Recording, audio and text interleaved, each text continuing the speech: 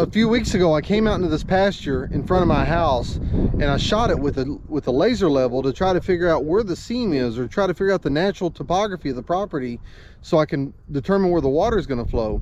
And the reason is this field's pretty flat, so when water runs out onto it, it kind of spreads out.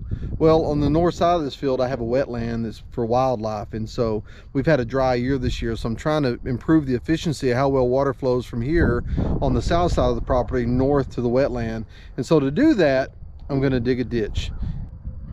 And here's what I'll be using. It's called a middle buster, but it's just a single plow point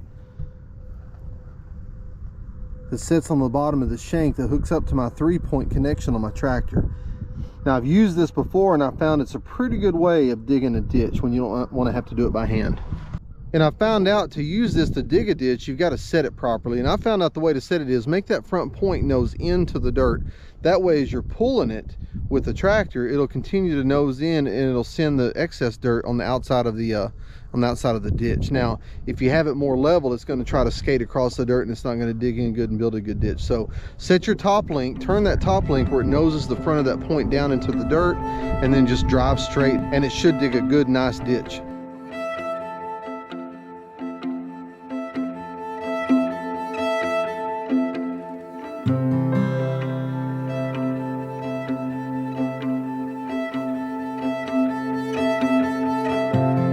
Well, here it is. With just a couple of passes on the tractor, we made a pretty nice ditch through here. It's a shallow ditch, but one of the things I did was make it meandering through here. If I made it a straight shot, I felt like the water would get going too fast through here and increase erosion. But we've got pretty tight soil here. It's real heavy in clay.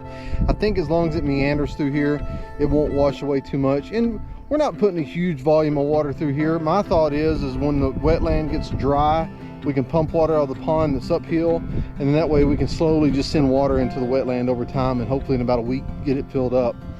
I'll likely come back here and with my blade on the back of my tractor and kind of smooth this dirt out on the sides and just kind of smooth it out so water can run from the pasture down into the ditch, and just maybe have to clean out the ditch from time to time. But now I'm just waiting on for it to rain and make sure the water goes where we want it to go. But I think this project took me about an hour to do. It's a pretty simple project, but you got to have the right tools, and I think that right tool is the middle buster that I used.